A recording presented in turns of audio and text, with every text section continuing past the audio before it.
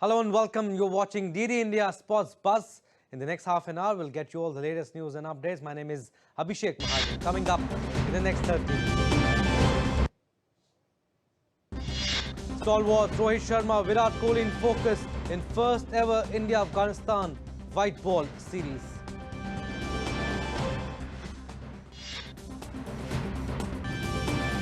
Shreyas Iyer to play Ranji Trophy ahead of Test Series versus England after being ignored for India versus Afghanistan 2020s. An Australian Open 2024 expands to 15 days to curb matches going late into the night. Alright, we'll start with our top story, cricket. Making a return to the shortest format after a gap of 14 months, Rohit Sharma and Virat Kohli will be in spotlight as India take on Afghanistan in the first T20I of the first ever white ball series between the two sides in Mohali on Thursday. Both Rohit and Kohli last featured in an India T20 international in the T20 World Cup semi-final game against England and were included for the Afghanistan series on Sunday. The three T20I matches will be India's last international assignment ahead of the upcoming cricketing extravaganza T20 World Cup 2024 in the Americas in June. The series is expected to give more clarity on where the team stands before the ICC event. However, the final 15 will be picked on the basis of IPL performances which precedes the World Cup. Now, star batter Shreyas Iyer will play Mumbai's upcoming Ranji Trophy fixture against Andhra Pradesh after being ignored for the three-match T20I series against Afghanistan. The three matches will be played on January 11th, 14th and 17th. Shreyas Iyer, who smashed a match-winning 50 against Australia in his last T20I outing, also failed to make the playing 11 during India's last T20I series in South Africa. He will now compete in the Ranji Trophy fixture against Andhra, scheduled to be played at the Wankhede Stadium in Mumbai from January 12th. The middle order batter's participation in first-class cricket comes a fortnight ahead of the five-match home test series against England beginning January 25th. Now, Australian batter Steve Smith has been officially confirmed as Australia's new test opener by George Bailey, the chairman of selectors, even though the selection panel chose Matt Renshaw to replace the outgoing David Warner in the test squad to face the West Indies, and Smith has received the nod to bat up the top. As a result, Matt Renshaw will only be a reserve batter as George Bailey also confirmed the inclusion of Cameron Green in the playing 11. Now, batter Elisa Healy hammered a 38-ball half-century to lead Australia to 2-1 series win against India in the three-match T20I series. Healy's initial assault put Australia well ahead, while fellow opener Beth Mooney hit her first 50 of the tour to finish the job. Australia chased 148 with 7 wickets and 8 balls to spare. India's 147 for 6 was the highest first innings total of the series. Shefali Verma's 26 of 17 balls at the top and Richa Ghosh's 34 of 28 deliveries at the death provided the batting boost. Australia was under pressure initially, but as they do so often, bounced back once the partnership between Verma and Smriti Mandhana was broken. The middle overs were dominated by the visitors, who struck at regular intervals to disrupt India's momentum. However, figures of 2 for 12 from Annabel Sutherland and 2 from 24 from Georgia Wareham in their quotas of 4 overs apiece proved to be highly influential in the end. Earlier, Australia had won the ODI series after losing the one-off test.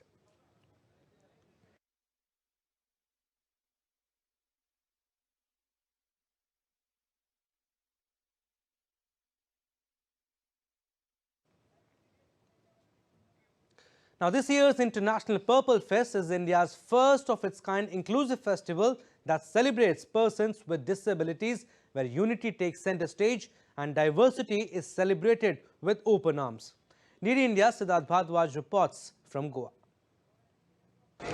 I am at the International Purple Fest 2024, and this fest, the main motive is to honor the persons with disabilities. Well, the persons with disabilities are scaling new heights in every sector, and sport is one of them. Moreover, they would want to learn and furthermore enhance their skills in this field. Welcome to the heart of the International Purple Fest 2024, where the Para Experience Center is not just a stall, but a portal into the incredible world of sports and resilience. Here, individuals of all abilities immerse themselves in the thrill of sports, breaking stereotypes and showcasing their determination. But here's the twist for our able-bodied athletes. Stepping into the shoes of persons with disability is an eye-opening experience. I find it quite difficult and very interesting. As I was saying that usually you see a person in a wheelchair and you don't appreciate what they're going through and their general experience of moving around. And very interesting to see the difficulties. I think outside in the street is more difficult than that, probably, looking at it. So no, yeah, it's an interesting, enlightening experience. Further, the Paralympic Committee of India has made a significant contribution here at this stall. First of all, it's an amazing platform for people like us who are persons with disability. Purple Fest is celebrating diversity.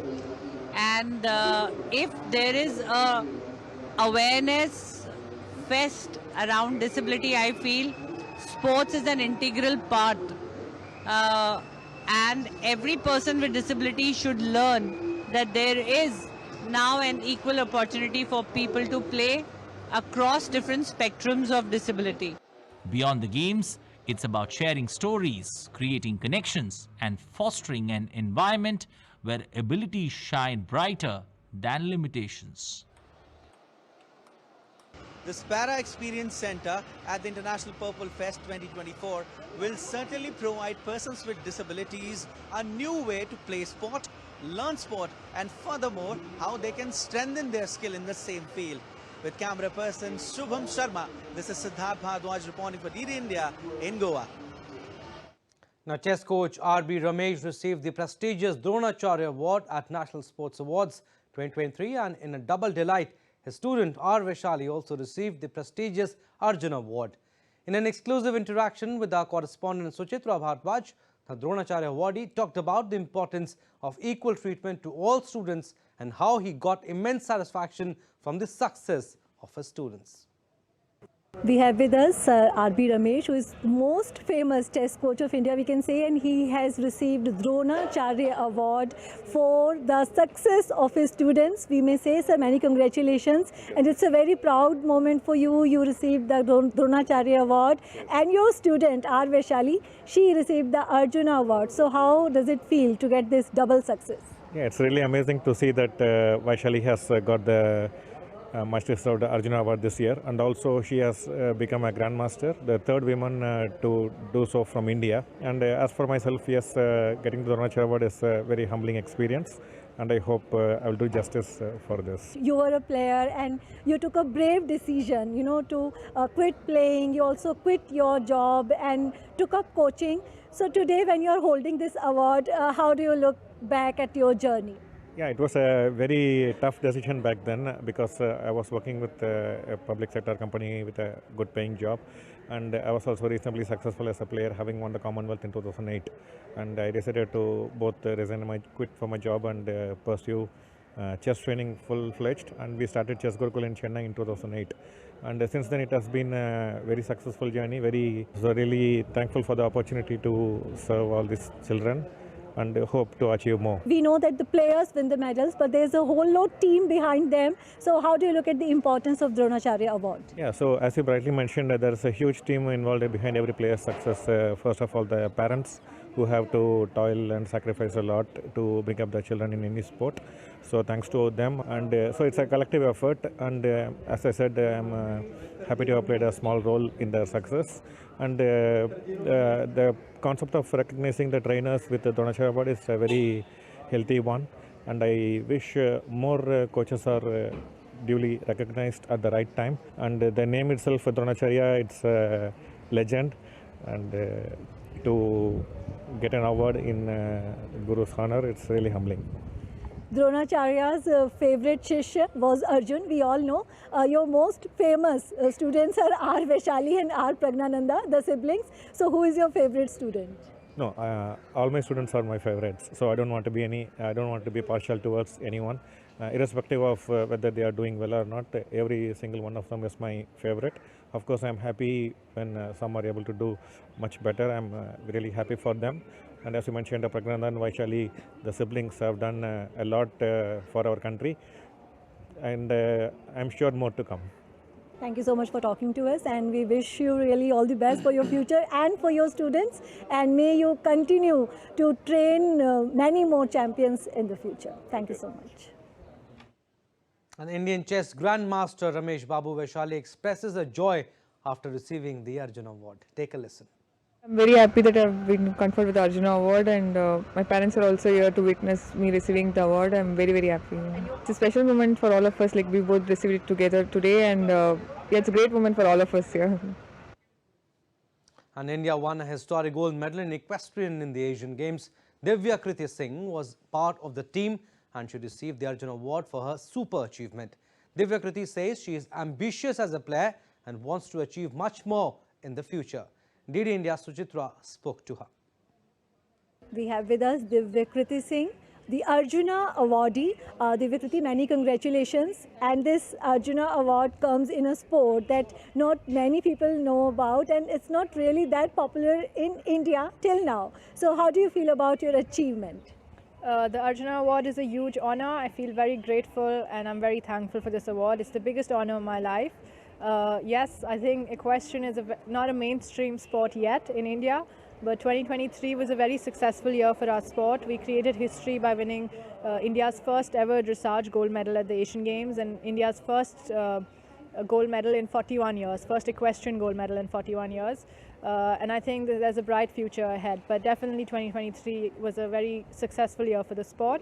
And yeah, I think the road ahead looks very bright and I'm excited for the journey ahead. As you rightly mentioned, it was a historic medal.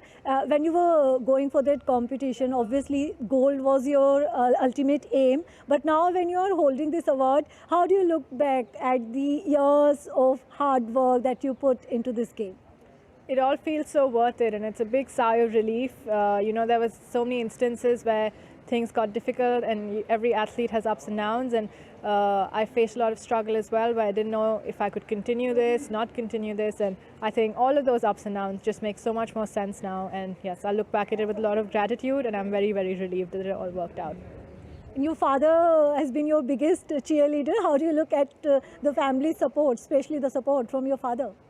Yes, at the Asian Games, we were a team of 4 riders, all under 25 years of age, and all of us were supported by our families. They made our dream their own dream as well, and we wouldn't have been there without the support of our families for all 4 of us. So we're very grateful, and yes, I'm very happy that we could get a gold medal.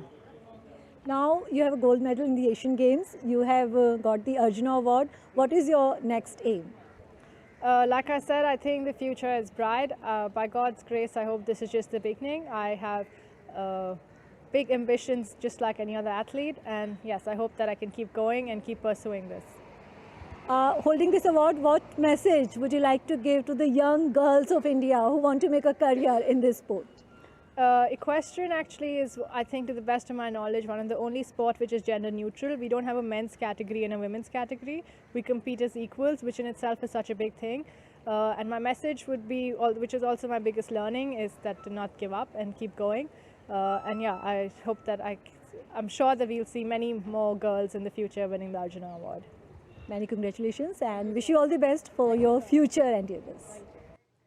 Well, we'll step into a very short break, but still to come on this edition of DD India Sports Buzz. Hockey India announces 26-member India men's team for the South Africa tour.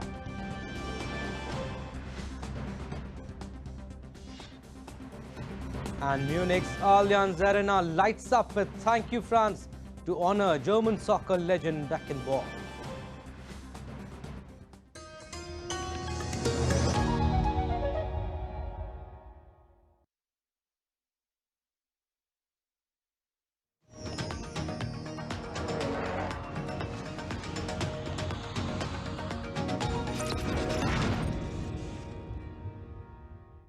In a world that never stops, where information shapes our reality, one app stands out, helps you stay ahead of time.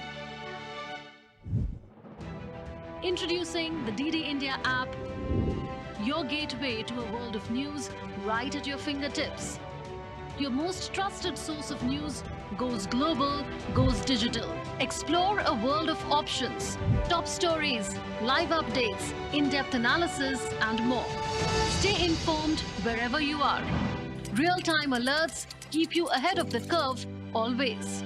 The DD India app, connecting you to the world, one story at a time.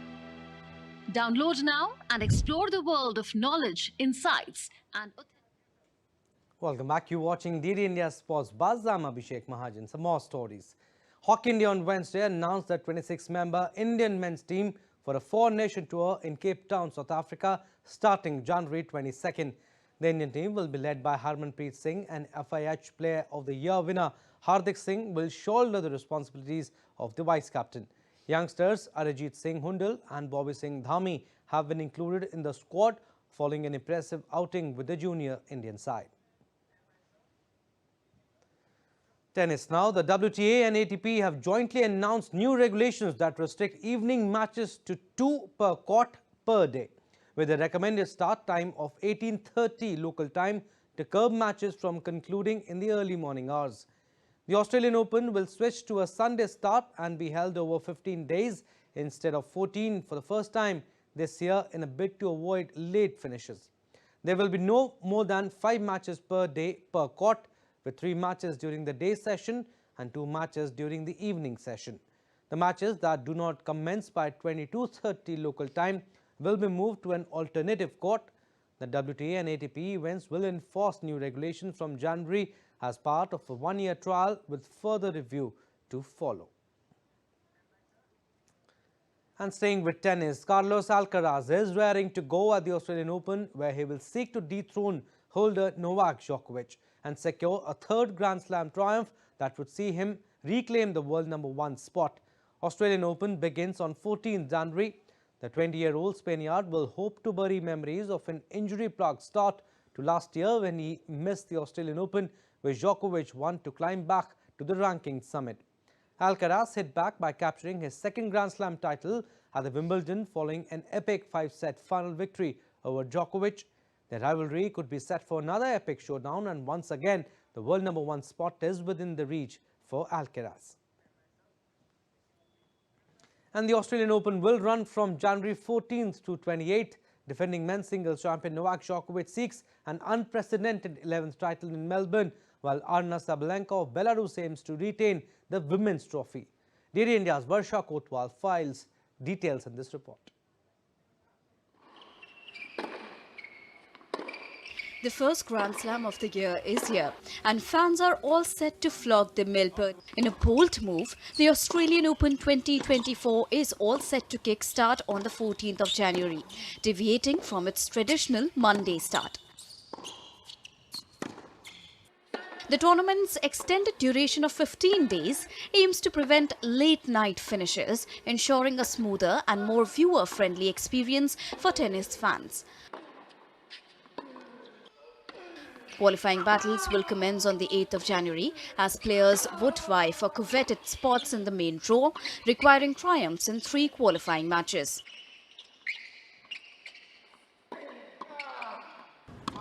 The women's singles final is scheduled to take place on the 27th of January, while the men's final will conclude on the 28th of it. Defending men's singles champion Novak Djokovic seeks an unprecedented 11th title in Melbourne. The Serbian star is the top seed, facing stiff competition from Spain's rising star Carlos Alcaraz, Russia's Daniil Medvedev and Italy's Yannick Sinner. Meanwhile, Aryna Sabalenka of Belarus aims to retain women's trophy, seeded second after Poland's Iga Świątek. Women's field showcases American sensation Coco Gauff, 2022 Wimbledon champion Elena Rybakina and a determined Emma Raducanu making strides in a comeback journey after wrist and ankle surgeries. The Australian Open singles draw is set for the 11th of January, featuring 128 players with 32 being seeded. Seedings, determined by players' world rankings, aim to ensure competitive matchups while preventing clashes of top contenders in the early rounds. The draw event marks the beginning of an exciting fortnight of intense competition and dripping tennis action down under. Varsha Kotwal's report for DD India. From tennis to football, now Chelsea suffered a surprise 1-0 loss at second-tier Middlesbrough in the first leg of the League Cup semi-finals. Hayden Hackney's goal gave Mauricio Pochettino's side plenty to do in the return. The 21-year-old Hackney's silky finish from an Isaiah Jones pass stunned the visitors in the 37th minute.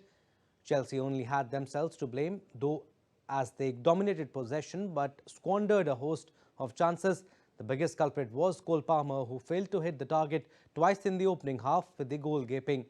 Boro, who won the trophy in 2004 but are currently 12th in the championship, had chances on the counter-attack to increase their lead but will still head to London, believing they can reach Wembley.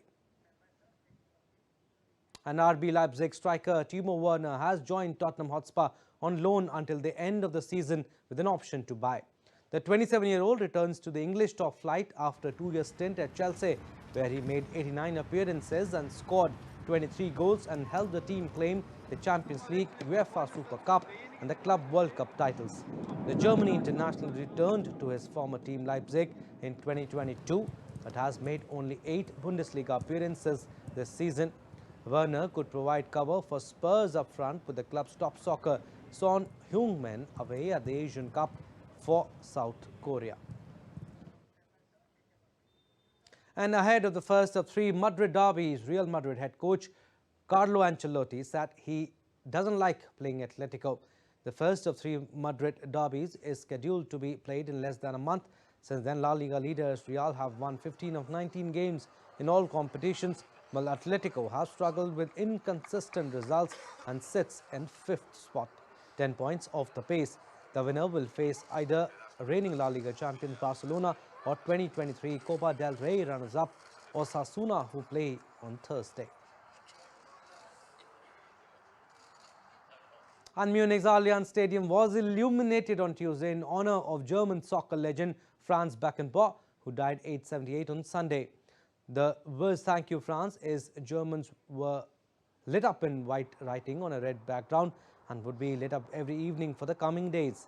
Beckenbauer was part of the mighty Bayern Munich team who won 3 consecutive European Cups from 1974 to 1976, among other titles.